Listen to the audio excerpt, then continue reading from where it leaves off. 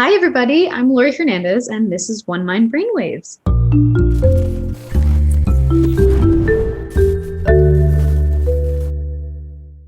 Humor, positive thinking, gratitude, a sunny disposition, these all contribute to improving well-being. And after the year we've had, we could all use a lot more of all of them.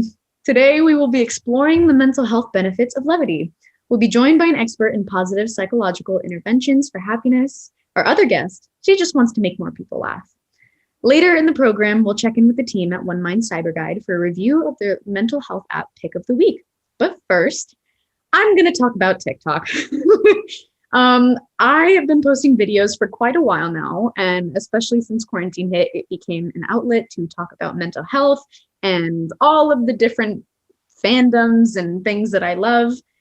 But it's especially made a giant community of people where I get to connect with, whether it be mental health or superheroes or gymnastics. So I definitely recommend checking that out. I feel I do my best, but they don't. Let me ask you a very fair question. What do you do successfully? Quickly.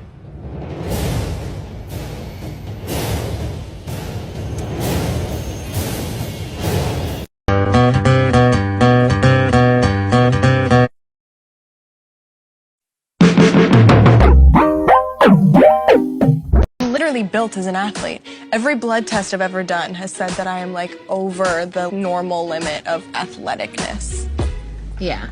But hey, here with me now to talk about the mental health benefits of levity, Dr. Stephen Schueller, Associate Professor at Psychological Science at University of California, Irvine. He's also the Executive Director of One Mind PsyberGuide. Michele Farhat is an armchair comedian by night, her words, and the Director of Development for Aldea, a mental health nonprofit by day. Viewers, don't forget, you can post thoughts or questions for our guests in the comments section of this webcast at any time. Stephen, Michele, thank you so much for joining us on Brainwaves. Happy to be here. All right, Stephen, we'll start with you. You began your career immersed in the work of positive psychology. What made you want to go into the branch of science that involves the study of happiness? Well, it seemed like the hardest thing in the world to study, but the most important. I remember when I was combing through the faculty pages of professors at my university trying to find something to study, I came upon a faculty who was studying happiness, and I thought, you can't study that. What do they do? And I had to know. And so it really, again, it seemed like it's such an important part of life, but something that's so hard to quantify and to make really scientific. And so I really was curious to figure out how you can study something like happiness.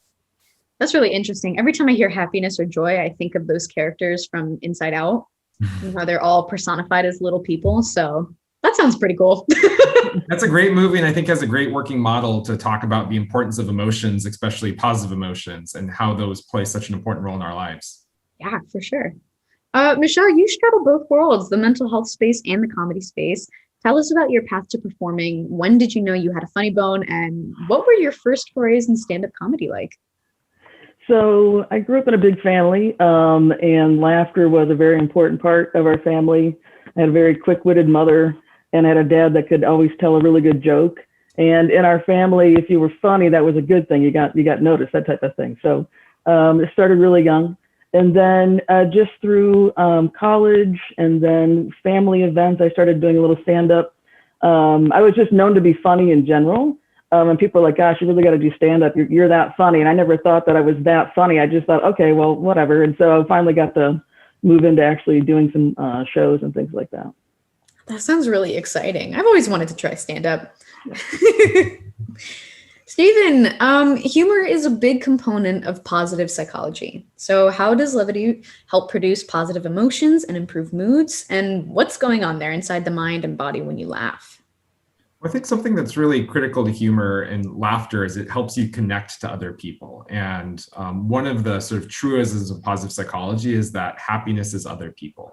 And so jokes and humor and laughter, it gives us an opportunity to connect with people around a joke or whatever it is that's making us laugh. And it's also very social. It also it feels good to laugh, and it activates a lot of the sort of, pleasure and positive emotion centers in our brain, which play really important roles. And so those are two ways in which humor play an important role in sort of boosting our well-being.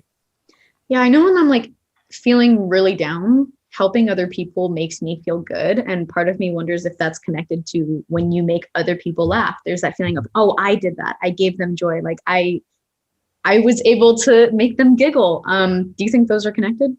Yeah, I think it really is. I always say that one of the no-fail ways to feel better is to help someone out. And it could be something, you can do a kind act for someone. You can also bring joy to their life.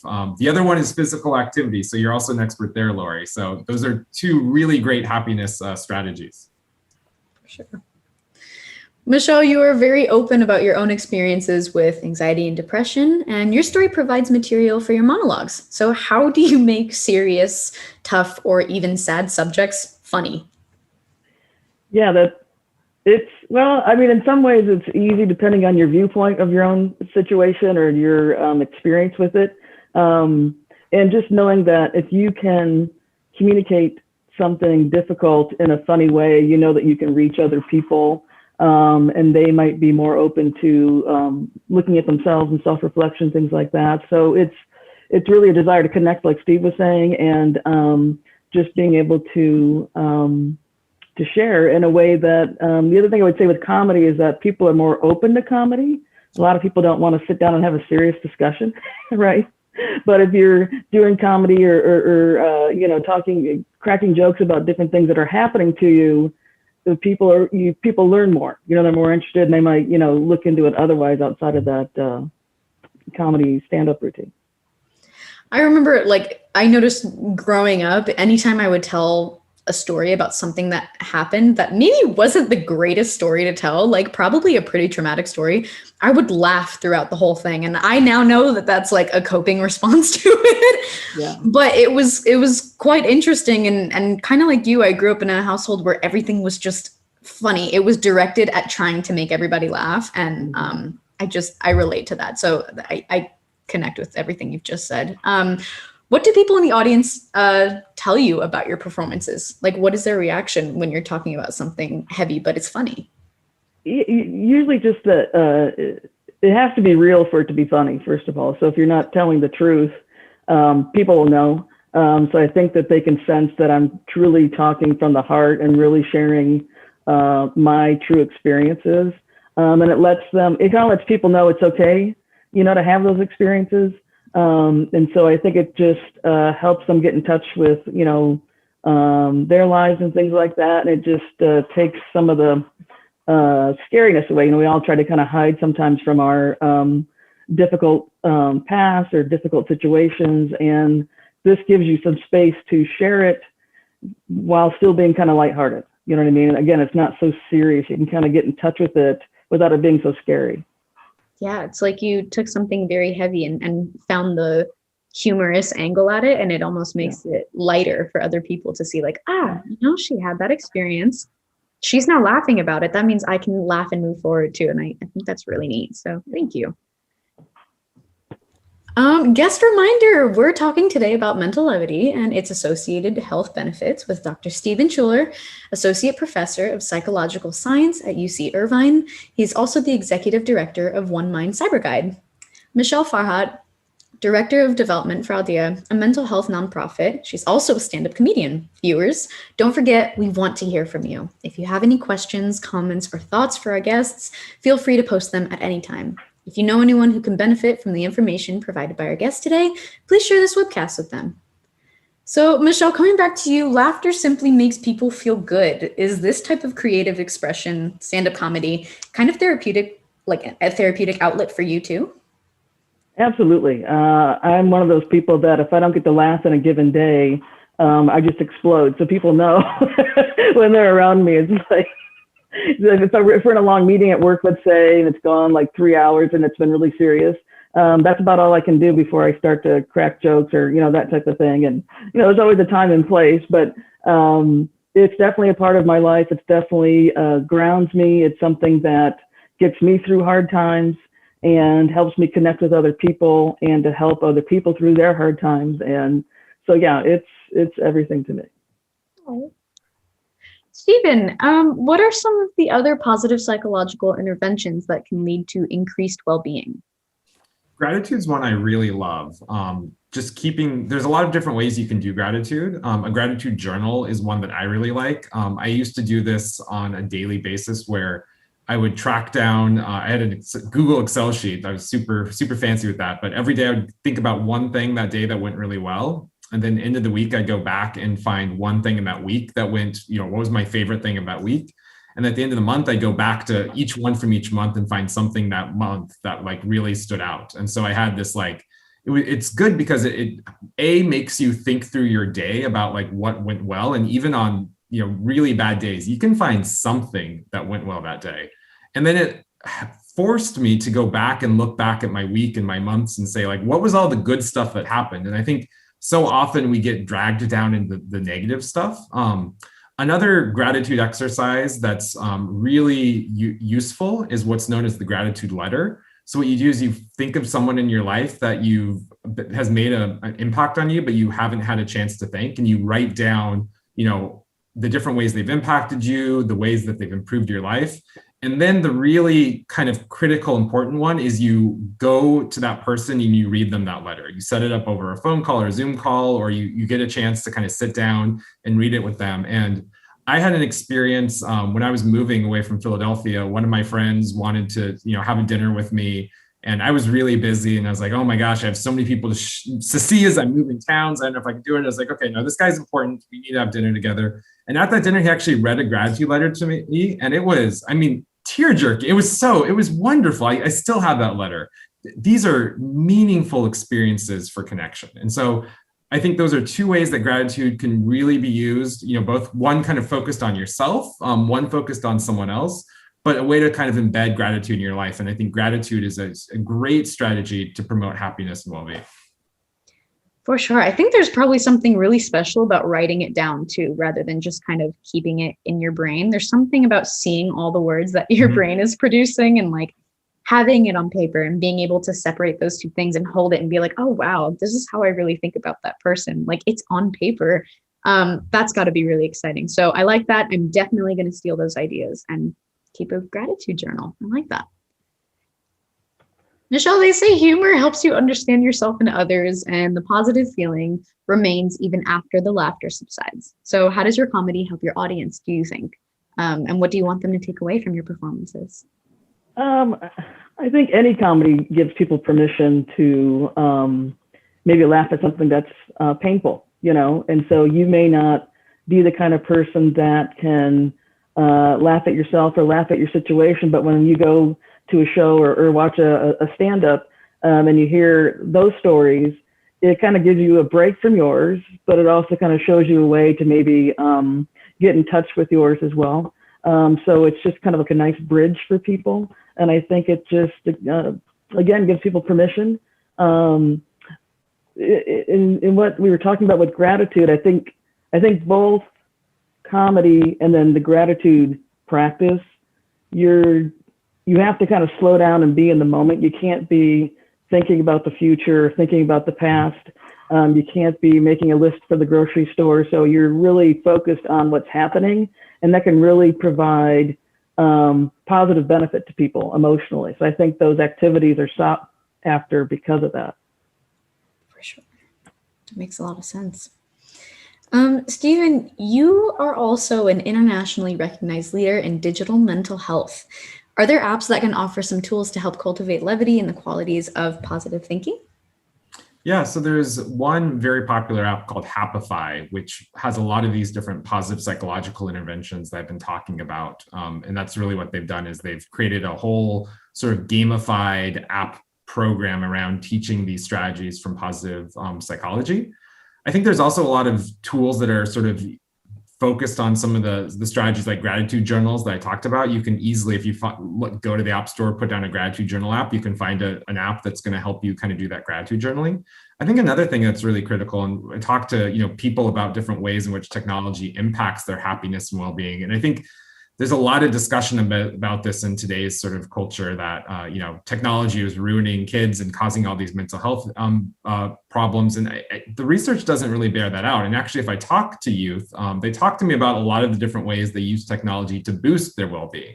They have Instagram accounts that they make sure that they follow only people that like have, beautiful images and things that bring them happiness. Or they've made Spotify lists of all these like mood boosting songs. And so when they need a boost, they go to their Spotify list. And so I think there's a lot of ways you can think about curating technologies, your social media, your Spotify, other types of things to really help promote your own happiness, help connect to other people. I connect to so many more people now using technology. So I think what's important to remember is like the way that we use technology is what matters for our mental health and our happiness, not the technology itself.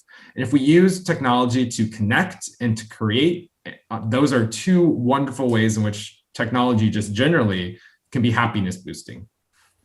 So to reiterate, it's the way that you use it. It's not technology itself. That's exactly right. I think that's huge. I know I met one of my best friends through social media, and they have just been so wonderful and so awesome to get to know within the last couple months. So I'm definitely grateful for that. I've also met such a community of people, whether it be through mental health or it be through different things like music or gymnastics, or if there's movies and TV shows I like, and I've connected with others. And I've noticed that a lot of my humor is social media based. And it's something that if you meet somebody for the first time and you start referencing something that happened on TikTok and they've seen it too, there's a connection that happens there. And I think that's a really interesting thing that that should be talked about. So I'm glad you brought that up for sure. Okay, finally, we'd like to wrap up with the lightning round. So 5 rapid fire questions for each of you, quick answers, 30 seconds or less for all of them in total, one person at a time. So Stephen, we'll do you first, and then we'll circle around for Michelle's answers. I'm ready. Okay, what makes you laugh? My kids, I have 3 5-year-olds and they're hilarious. Oh. What song or type of music do you turn to when you're feeling down? Oh, I'm a little bad. I wallow in it. So I listen to The Cure way too much. I need to listen to more of that mood boosting music. I totally feel that.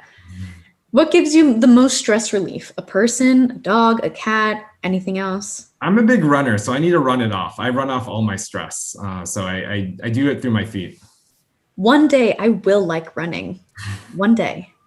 What are you grateful for? I'm grateful for the sunshine. I live in Southern California, and we're always happy with our weather. I love sunshine. And what gives you hope? I think I'm going to go back to my kids, but I think really like, young folk. I am starting to get to the point where I have to put a lot of my hope in the future. And I think that my kids, like just their joy and their creativity and their exuberance, like gives me a ton of hope. Oh, thanks for those answers. Those were really sweet. All right, Michelle, are you ready? I'm ready. What makes you laugh? I can't narrow it down. It's everything. Life, anything to do with life makes me laugh. What song or type of music do you turn to when you're feeling down? It's always funk or disco because it's very happy music to me. So that's what I always play. Oh, I love that for you. Yeah. Which gives you the most stress relief? A person, dog, cat, or other? Usually pets. I have a little rescue pug right now, and she's everything. Oh, what's her name? Phoebe. Phoebe. Please give Phoebe a very large hug from me. What are you grateful for? I'm grateful for shows like this because, we don't get better if we don't talk about things. And so the idea, we were talking about, the younger people, they've really embraced better habits and coping skills than what we had growing up. And so it's really just great to be a part of that and to see it grow. And seeing your TikToks, Laurie, I mean, your generation's ability to be ironic in those little clips is fantastic. It's fantastic. Keep it up. And our last one, what gives you hope? What gives me hope is that we're all trying as a society to get better, that we do see things changing for the better, and that there's people like you and Steve that keep showing up and trying to be a part of the positive side of that. Thank you. Michelle, Stephen, thank you guys so much for joining our podcast today. It is always wonderful speaking to you, and hopefully we can get you back soon. It was a pleasure. Thanks so much. Now for a weekly mental health app review from Stephen's team at One Mind PsyberGuide.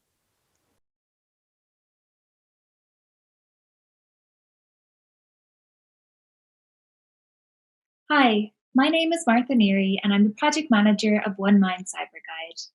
At One Mind PsyberGuide, we provide advice and guidelines to people who are interested in using mental health apps. Mental health apps can be a great tool to add to your mental health toolkit. Research has shown that apps are especially helpful when used as an add-on to traditional treatment with a licensed provider. In one study, which looked at apps to help reduce depression and anxiety through skills-building exercises, participants saw benefits from using the app for just under a minute and a half each time. This suggests that even using an app for a couple of minutes each day might be helpful for you. Most good habits can take a little while to form. Building the use of an app into the daily routine that you already have may help you use it in a more sustained way. For example, maybe you brush your teeth and then use the app, or use it after dinner. Most apps also allow you to set notifications, which can be really helpful to remind you to use the app regularly. Happify aims to help users reduce stress, anxiety, and negative thinking, and improve emotional well-being. Based on the user's goals, the app suggests different tracks for the user. Tracks are based on cognitive behavioral therapy, or CBT, mindfulness, positive psychology, and other evidence-based practices. Tracks contain groups of activities and games which can help the user achieve their goals. Examples of tracks include managing stress in uncertain times and stop the worry cycle. Users can also participate in the Happify community through forums and public posts, and they can read a digest of positive news through Happify Daily. You can read our review of Happify on the One Mind PsyberGuide app guide. The app scores 5 out of 5 on credibility, 4.59 out of 5 on user experience, and has an acceptable transparency score. You can also read the professional review of Happify, where we outline some pros and cons of the app and make some recommendations for use. We look forward to seeing you next week for another app review. Thanks, CyberGuide team. Thank you to Michele Farhat and Stephen Schueller. Viewers, thank you too. Don't forget you can post questions and also check out all of our Brainwaves episodes at onemind.org/brainwaves. Bye everyone. Have a great day. My mother has had depression most of her life. My uncle committed suicide when he was in his 30s. I live with bipolar. Now, more than ever, it's the world's leading cause of disability. Yet research to improve mental health lacks the attention physical health research receives. Visit onemind.org. From the lab to the front lines, accelerating brain health for all. Help us fund new treatments at onemind.org.